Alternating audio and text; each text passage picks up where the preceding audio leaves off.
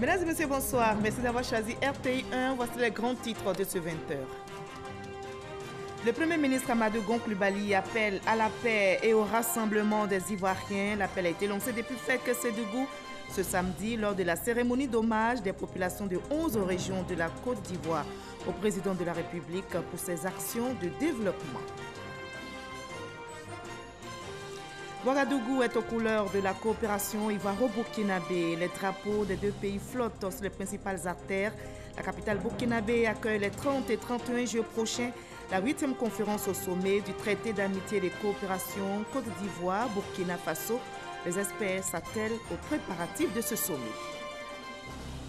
Nous sommes le 28 juillet, c'est la journée mondiale de lutte contre les hépatites virales. L'OMS invite les pays à s'investir dans l'élimination de l'hépatite. La Côte d'Ivoire, bon élève, accentue la sensibilisation. Le ministre de la Santé, Aka Awele, présent à la célébration de la journée à Dabou, appelle les populations à se faire dépister. La tension ne faiblit pas à Hong Kong. Des milliers de manifestants pro-démocratie se sont réunis à nouveau ce dimanche, 24 heures après les affrontements avec la police. Ils protestent contre un projet de loi d'extradition vers la Chine.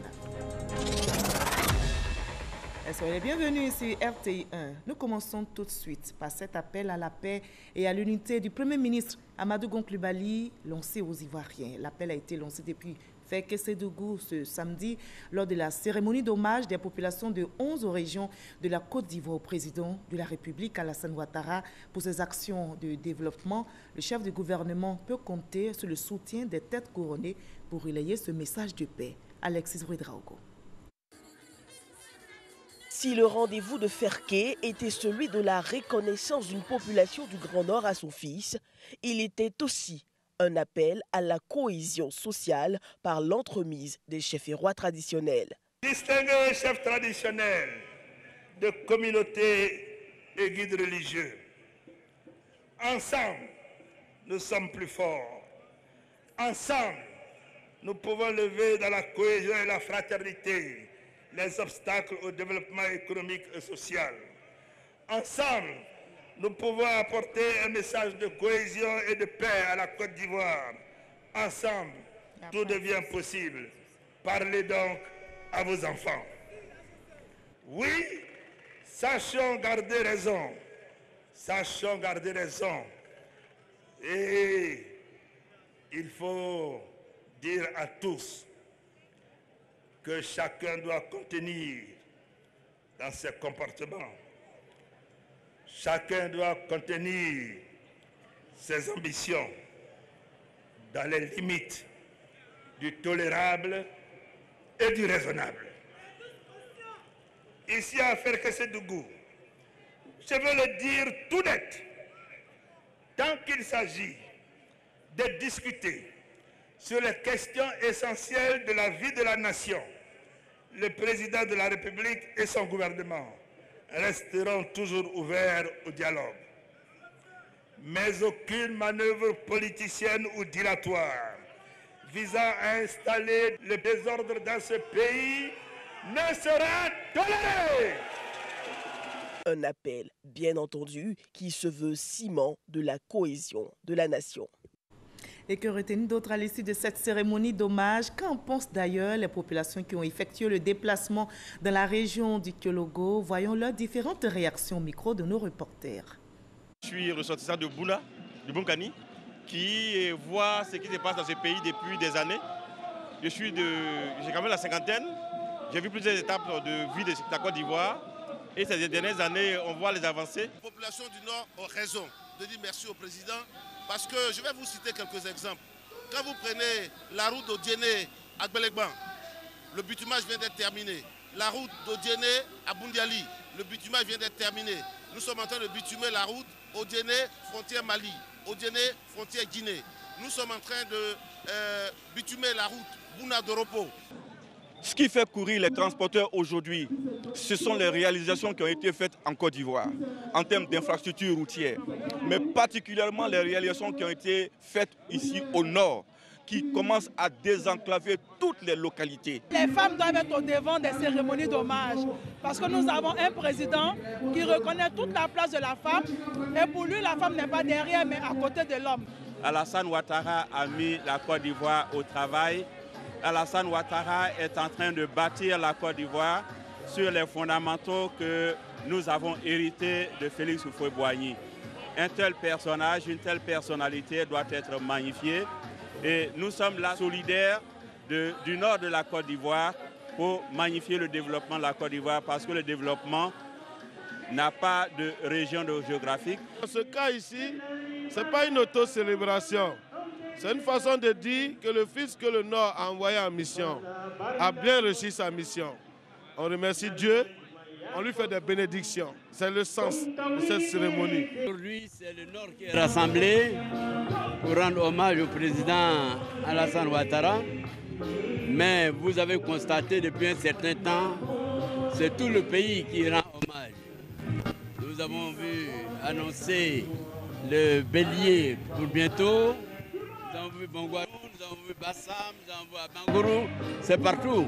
Les Ivoiriens sont fiers de leur président et nous avons le devoir de le remercier et de l'encourager. Nous sommes venus du nord, du sud, de l'est, de l'ouest, du centre. Nous sommes venus soutenir le Grand Nord parce que c'est du jamais vu. C'est du jamais vu.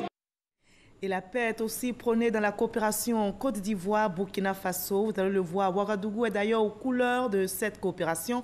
Les drapeaux des deux pays flottent sur les principales artères. La capitale burkinabé accueille les 30 et 31 jours prochains la 8e conférence au sommet du traité d'amitié et de coopération Côte d'Ivoire-Burkina Faso. Les experts ivoiriens et burkinabés ont tenu une rencontre en prélude à ce sommet. Serge Coléa. Ouagadougou aux couleurs de la coopération ivoiro-burkinabé. À quelques jours de la 8e conférence du traité d'amitié et de coopération entre la Côte d'Ivoire et le Burkina Faso, la ville se met au goût de l'événement. Historiquement et géographiquement liés, les deux pays ont de tout temps entretenu des rapports cordiaux et fraternels. C'est pourquoi les populations de la capitale du Burkina Faso saluent les grands projets intégrateurs qui accompagnent la vision commune des chefs d'État. J'entends beaucoup parler d'autoroute Yamoussoukro-Ouagadougou. Nous souhaitons que vraiment cela puisse aboutir. Nous entendons également parler des rails. Le chemin de fer entre Ouagadougou et Abidjan, qui va peut-être continuer jusqu'au Niger, c'est des facteurs d'intégration très puissants. Nous souhaitons que toutes les grandes questions, notamment de mobilité entre les deux pays, les questions de complémentarité économique soient améliorées. Cette année, le TAC va prendre une coloration populaire à travers les journées culturelles ivoiro-burkinabé du 28 au 30 juillet. Disons que l'une des particularités de cette 8e édition réside dans l'organisation de la première édition des journées culturelles et artistiques entre la Côte d'Ivoire et le Burkina Faso. Donc c'est une grande première, mais une grande première qui lance en même temps le décor de d'autres types d'activités culturelles et artistiques qui seront déployées tout au long de l'année 2019 et qui permettront également à nos différents programmes d'échange culturel de fonctionner et d'être opérationnels sur le terrain à travers des acteurs culturels. 22 exposants de la Côte d'Ivoire et une trentaine pour le Burkina Faso vont montrer leur savoir-faire en matière d'artisanat d'art. Les danses patrimoniales seront au rendez-vous. La Côte d'Ivoire aussi est réputée pour sa gastronomie. Donc les populations burkinabées attendent avec impatience de goûter aux escargots et également aux mets locaux de la Côte d'Ivoire. Et vice-versa aussi, les Ivoiriens, notamment les experts présents à ce TAC, sont invités à aller déguster les gaoré, les babenda produits au Burkina. Donc le TAC des peuples, prôné par les deux chefs d'État, c'est une fête des peuples. Donc nous espérons qu'elle va être très belle et une réussite. Le site du SIAO, le Salon international de l'artisanat de Ouagadougou, sera le siège de toute cette effervescence culturelle. Les experts ivoiriens et burkinabés multiplient les réunions pour régler les derniers détails du TAC qui se tient du 27 au 31 juillet 2019. Et ce sommet, notez-le, sera sécurisé. Les forces armées ivoiriennes et burkinabées entretiennent de bonnes relations. L'armée ivoirienne totalise aujourd'hui 59 ans d'existence. Elle a été créée le 27 juillet 1960. Hier samedi, donc, jour anniversaire, l'événement a été célébré en présence de toutes les composantes de l'armée et du ministre d'État, ministre de la Défense, Ahmed Bakayoko. Un grand bal a clôturé cette célébration, comme nous le rapporte Abou Sanogo. Un bal pour célébrer les 59 années d'existence des forces armées de Côte d'Ivoire. 59 ans d'histoire commune avec la nation. Moment de partage, de solidarité, de fraternité entre toutes les composantes de l'armée et les populations civiles. Un moment également pour exalter les vertus et valeurs fortes qui fondent les forces armées de Côte d'Ivoire. En présence du ministre d'État, ministre de la Défense Ahmed Bakayoko, militaires et civils ont exprimé au cours d'un dîner la cohésion et la fraternité d'armes. Une ambiance entretenue par des orchestres de renom. L'orchestre congolais le tout-puissant Mazambé et ses danseurs.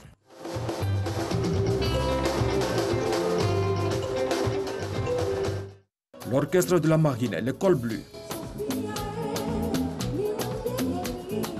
Et les as du Zouglou. Officiers généraux, officiers supérieurs, officiers, sous-officiers, militaires du rang et civils ont véritablement communié.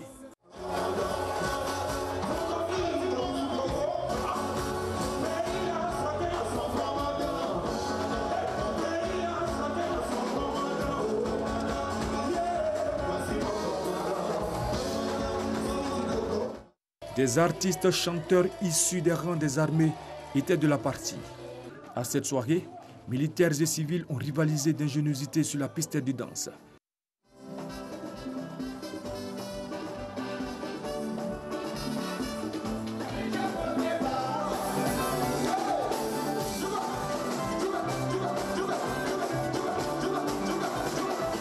Je suis vraiment fier de l'implication, de la motivation de tout le personnel des forces armées. Les hommes se sont véritablement impliqués et nous espérons pouvoir continuer sur cette dynamique. Le ministre d'État, ministre de la Défense Ahmed Bakayoko, s'est félicité de l'esprit qui a prévalu tout au long de ce bal. Je suis très fier de la cohésion, de l'esprit qui règne au sein des armées, du travail qui est abattu, de l'image que nous projetons qui rassure les Ivoiriens. Et je veux m'engager auprès du chef de l'État, chef suprême des armées, le président Alassane Ouattara, de faire en sorte de mieux vous protéger et de toujours vous défendre. Puis après, Ahmed Bakayoko a communié avec l'ensemble des militaires, leurs familles et les populations civiles. Et au niveau des médias, l'ambiance était bon enfant également au quotidien L'Expression. Le quotidien totalise 10 ans d'existence. Un anniversaire célébré hier samedi. Et ce 10e anniversaire a été célébré autour du thème Programme social du gouvernement. Quel impact sur l'amélioration des conditions de vie des populations? Christian Mondé, Franco Adio. 120 mois de travail intense et de réflexion autour de la cause républicaine, mais aussi axé sur la société. Le quotidien L'Expression célèbre aujourd'hui ses 10 ans. 10 ans de dur labeur, 10 ans d'engagement citoyen pour les libertés et la démocratie, 10 ans aux côtés des populations, 10 ans de tous les combats démocratiques. Des lauriers comme le Super Ebony de Jean Roch-Kwame, obtenu après 6 mois d'existence du journal L'Expression. Mesdames et messieurs, c'est beaucoup pour une jeune entreprise sans grands moyens qu'il faut pérenniser. Marque de reconnaissance, le quotidien L'Expression honore ses pionniers, ceux qui ont donné orientation et fondement au journal. La représentante du directeur général du Fonds d'entretien routier, parrain de la cérémonie, a pour sa part exhorté le journal à promouvoir davantage les actions du gouvernement avec professionnalisme dans le respect des règles du métier. Le ministre de la Promotion de la Jeunesse et de l'Emploi des Jeunes a quant à lui axé sa réflexion sur le thème du jour porté sur le programme social du gouvernement, son impact sur l'amélioration des conditions de vie des populations. Un bilan a été fait des 6 premiers mois de la mise en œuvre du programme social du gouvernement. Je voudrais ici donner quelques chiffres. Nous avons 75 656 foyers qui ont été raccordés dans le cadre du programme d'électricité pour tous. Nous avons 19 251 branchements sociaux et le raccordement de 5 localités au réseau public d'eau potable. Nous avons aussi près de 157 880 enfants qui ont pu bénéficier de la campagne de vaccination. Et nous avons 32 991 étudiants qui ont bénéficié donc de bourses et de secours financiers. le Premier ministre a mis en place un mécanisme de suivi qui permet mois après mois d'évaluer la mise en œuvre effective donc, de ce programme social et de recueillir les informations sur leur impact réel sur les populations. Le quotidien L'Expression pour les années à venir entend relever de grands défis afin d'être incontournable au niveau de la presse en Côte d'Ivoire. Nous sommes le 28 juillet. Aujourd'hui, c'est la journée mondiale de lutte contre les hépatites virales. L'Organisation mondiale de la santé invite les pays à s'investir dans l'élimination de l'hépatite. La Côte d'Ivoire, bon élève, accentue la sensibilisation. Le ministre de la Santé, Aka Awele, présent à la célébration de la journée à Dabou, appelle les populations à se faire dépister. Astou Touré.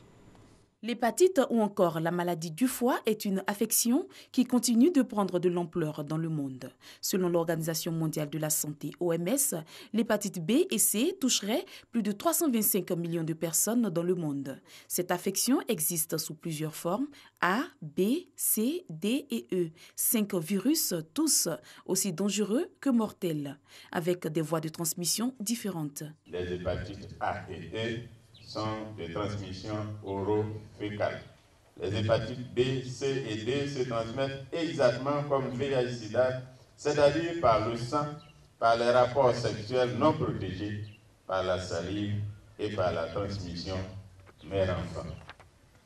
Il vous est donc conseillé de respecter strictement l'hygiène alimentaire, c'est-à-dire de se laver les mains à l'eau et au savon pour les hépatites, pour éviter les hépatites A et C, comme nous le faisions et comme nous continuons de le faire lorsque l'Ebola a été annoncé. S'agissant de la lutte contre les hépatites B, C et D, il vous est recommandé de suivre les mêmes directives conseillées pour éviter le VIH-Sida.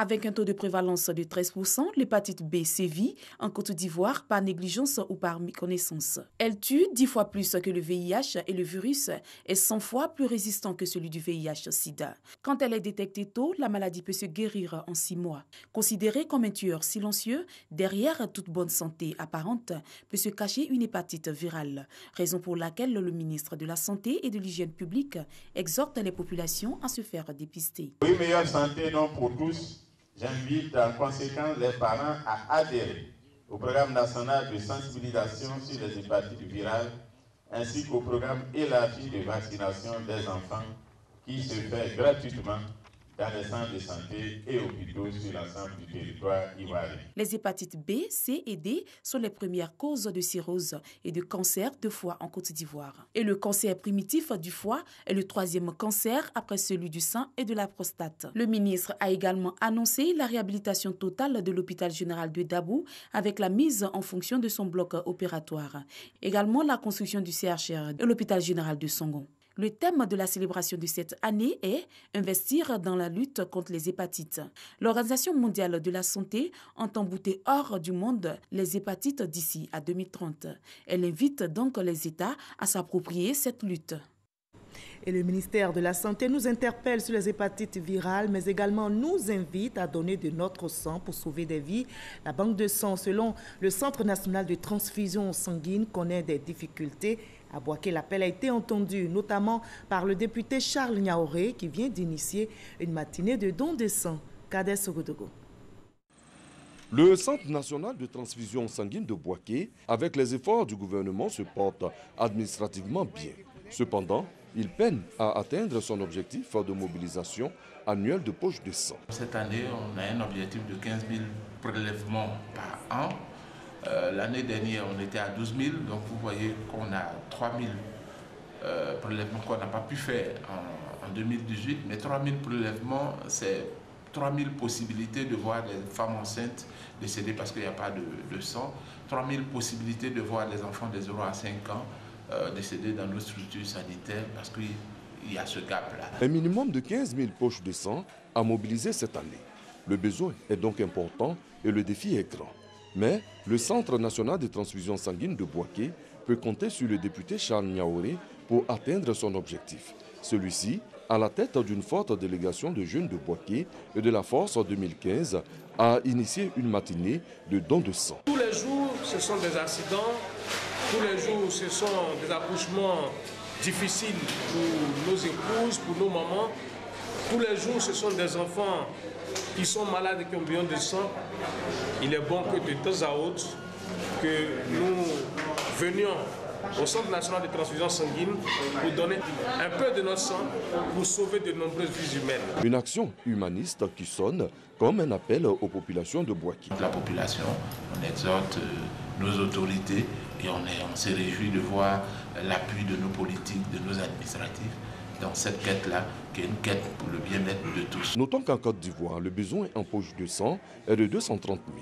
L'année dernière, la banque de sang n'a pu mobiliser que 165 000 poches de sang, soit un déficit de 65 000 poches de sang.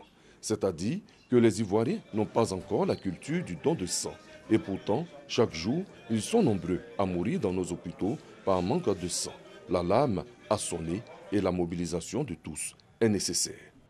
Et espérons que l'appel sera entendu. On parle également d'éducation dans ce 20 tout à l'heure dans le cadre du magazine du dimanche. Hamza Diaby a reçu Jérôme Ayokoué, le directeur de l'orientation et des bourses au ministère de l'Éducation nationale, de l'enseignement technique et de la formation professionnelle. L'entretien a porté sur l'innovation qu'est l'application en ligne des élèves en 6e. Voyons un extrait de leur entretien. L'affectation en ligne, c'est un outil de gestion des affectations qui est conçu et mis à la disposition des parents pour affecter eux-mêmes leurs enfants dans un établissement de leur choix selon les places disponibles. Il faut donc envoyer un SMS au 99 91. Exactement. D'accord. Et puis, à tous les coups, ça marche. C'est-à-dire tous les vœux des parents seront réalisés. Ce ne sont plus des vœux à exprimer, c'est une affectation réelle qu'il faut effectuer. Maintenant, il faut savoir que les places dans les établissements sont limitées. Si vous arrivez au moment où les places sont épuisées, vous devez vous rendre à l'évidence et procéder à un autre choix. D'abord, c'est un outil de gestion de la gouvernance qui permet d'éliminer tous les éléments de non-qualité qui entourent les affectations. C'est aussi un outil qui va aider à l'amélioration de la qualité des prestations fournies par les services d'éducation, notamment les établissements privés, parce que l'affectation en ligne va être un outil d'évaluation tout de suite. Vous verrez si votre établissement est choisi ou non, vous allez savoir pourquoi les parents n'ont pas choisi votre établissement et il y a un effort à faire pour que l'établissement soit attrayant. J'ai lu tout à l'heure quelque part que l'État de Côte d'Ivoire réclame 200 francs pour faire l'affectation en ligne. Ce n'est pas honnête de le dire. Il n'y a pas de facturation payée pour le compte de l'État. Il s'agit de faire face à la prestation de services fournis par l'opérateur mobile. Donc le coût des SMS. 200 francs le coût des SMS. Et comme il y a une dizaine de SMS... C'est un ensemble de 8 à 9 à 10 SMS à effectuer qui ne coûte que 200 francs. En raison de 20 francs par SMS. En réalité. En réalité. Au lieu de... On se rappelle par exemple que les frais de réclamation à l'époque coûtaient 2000 francs, monsieur le directeur. Ce ne sont pas les frais de réclamation, mais c'est le droit de recherche qui était payé par chaque parent pour effectuer la réclamation. C'était 2000 francs. Ce dimanche, jour de culte des chrétiens, la paroisse Sainte-Anne de Port-Boué a célébré son 65e anniversaire.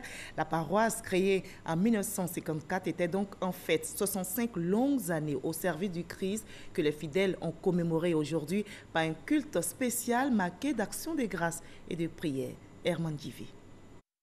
Port-Boué, paroisse Sainte-Anne. Ce dimanche n'est pas un dimanche comme les autres. L'ambiance ici est celle des jours de fête. Pour les 65 ans d'existence de cette paroisse, les fidèles ont bien voulu marquer d'une pierre blanche cette longue marche avec le Seigneur. Il fallait célébrer pour rendre hommage à tous les pionniers, ceux-là même qui ont porté la parole du Seigneur et qui ont permis que nous soyons aujourd'hui chrétiens. Hommage à ceux qui sont venus de loin, les Européens, les anglophones, les Américains.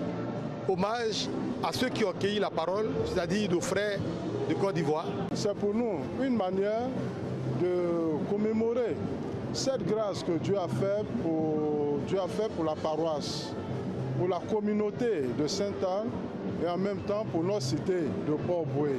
Pour ce culte spécial, aucun fidèle n'a voulu rester en marge de l'événement. Ils sont venus nombreux pour chanter, pour danser et pour dire merci au Seigneur Jésus par des actions de grâce. Dans cette initiative, les fidèles de Sainte-Anne n'étaient pas seuls. À leur côté, des personnalités politiques, au nombre desquelles le ministre Jean-Claude Kouassi. Nous sommes heureux d'avoir participé à cette commémoration au cours de laquelle le peuple de Dieu s'est exprimé avec générosité, avec bonheur pour prier et louer Dieu. Créée en 1954, la paroisse Sainte-Anne de Port-Bouët fait partie du diocèse de Grand-Bassam. La célébration des 65 ans de ce temple de l'Église catholique marque également la fin de l'année pastorale. Et l'actualité sportive à Abengourou a été marquée par la double cérémonie de la phase finale de la Coupe des Super Seniors et de l'inauguration du stade de Maracana. Cette fête sportive a vu la participation des ministres Albert Mabré-Touakeus et du ministre Abina Pascal. Sébastien Ouignan pour le reportage. Premier acte de cette fête sportive, l'inauguration du stade de Maracana, du Stadium Trocaper 5, dans l'enceinte du complexe sportif d'Abengourou. C'est une initiative de la Ligue Est de la Fédération ivoirienne de Maracana. Son président, Nguessan Kwaku Dominique, a reçu les encouragements du président de la FIMADA, Bleu Charlemagne, mais également du parrain de la cérémonie, le ministre Albert Mabré-Touakeus, avant de mettre l'accent sur les efforts fournis par les responsables du Maracana en Côte d'Ivoire. L'acte que nous attendions, qui a été initié quand j'étais aux affaires étrangères, mais pour lequel aujourd'hui je voudrais dire un grand merci à notre nom à tous, au ministre Amontano Marcel, eh bien c'est l'accord de siège entre la Côte d'Ivoire et la Fédération mondiale de Maracana, grâce au travail du président Bleulois Charlemagne, que je vous demande d'applaudir très fort. Le deuxième acte a été consacré au match de gala entre la conférence des présidents en vert et ATM, l'équipe du parrain Mabré-Touakeus, qui a perdu au tir au but 2-0. Enfin, la Coupe des Super Seniors a vu la victoire de Somassi de Yopouga en jaune-bleu au tir au but, 3-1 devant la modeste formation de Maïmar. Au Stadium Trocaper 5, le Maracana peut se pratiquer de jour comme de nuit. Et je vous propose à présent le reste de l'actualité à l'étranger dans le 7 sur 7. Qu'est-ce qui a marqué l'actualité internationale cette semaine? Le tour du monde en 7 jours. C'est avec Oyon Télé-Soro et Herman Givé.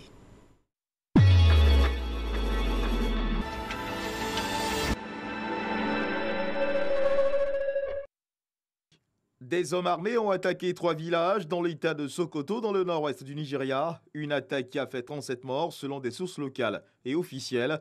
Des tentatives d'attaque suicide menées début juillet visaient 2 postes de police dans l'état de Sokoto. Au Royaume-Uni, longtemps pressenti pour succéder à Theresa May, Boris Johnson est élu chef du gouvernement britannique par le Parti conservateur majoritaire au Parlement. Boris Johnson, installé dans son costume de nouveau Premier ministre, s'est tout de suite plongé dans le dossier du Brexit pour lequel il envisage une sortie de son pays de l'Union européenne à la date du 31 octobre 2019.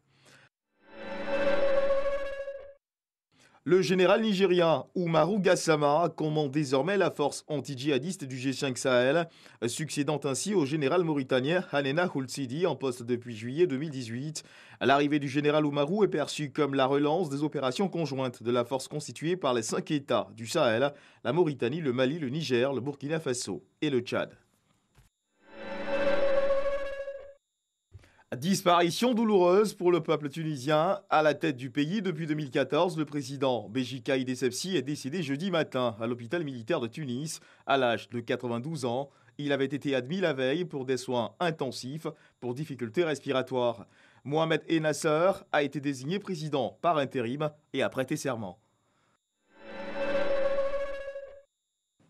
Vendredi dernier, dans la Méditerranée, 110 migrants ont été déclarés introuvables par l'ONU, un drame causé par le naufrage du bateau transportant environ 250 personnes au large de la ville libyenne de Coms. 62 corps ont été repêchés. Avant ce naufrage, le Haut Commissariat des Nations Unies pour les réfugiés, le HCR et l'Organisation internationale pour les migrants, l'OIM, avaient estimé que 426 personnes avaient perdu la vie en tentant de traverser la Méditerranée depuis le début de l'année. Arrestation de plus de 1000 personnes à Moscou par la police russe. Les manifestants se sont retrouvés dans le centre de la ville pour réclamer la tenue d'élections. En face, les forces de l'ordre, déployées en grand nombre, ont tenu à faire respecter l'interdiction de manifester prononcée par les autorités.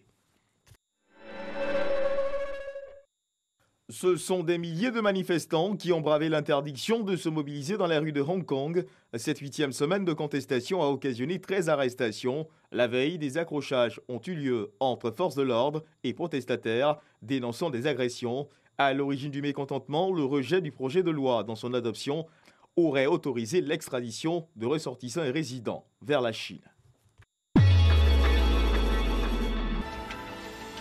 Merci Le Monde en ce dimanche 28 juillet. Merci de nous avoir suivis. À 23h, Marine Cognan prendra le relais pour le dernier journal. Très belle soirée sur RTI1.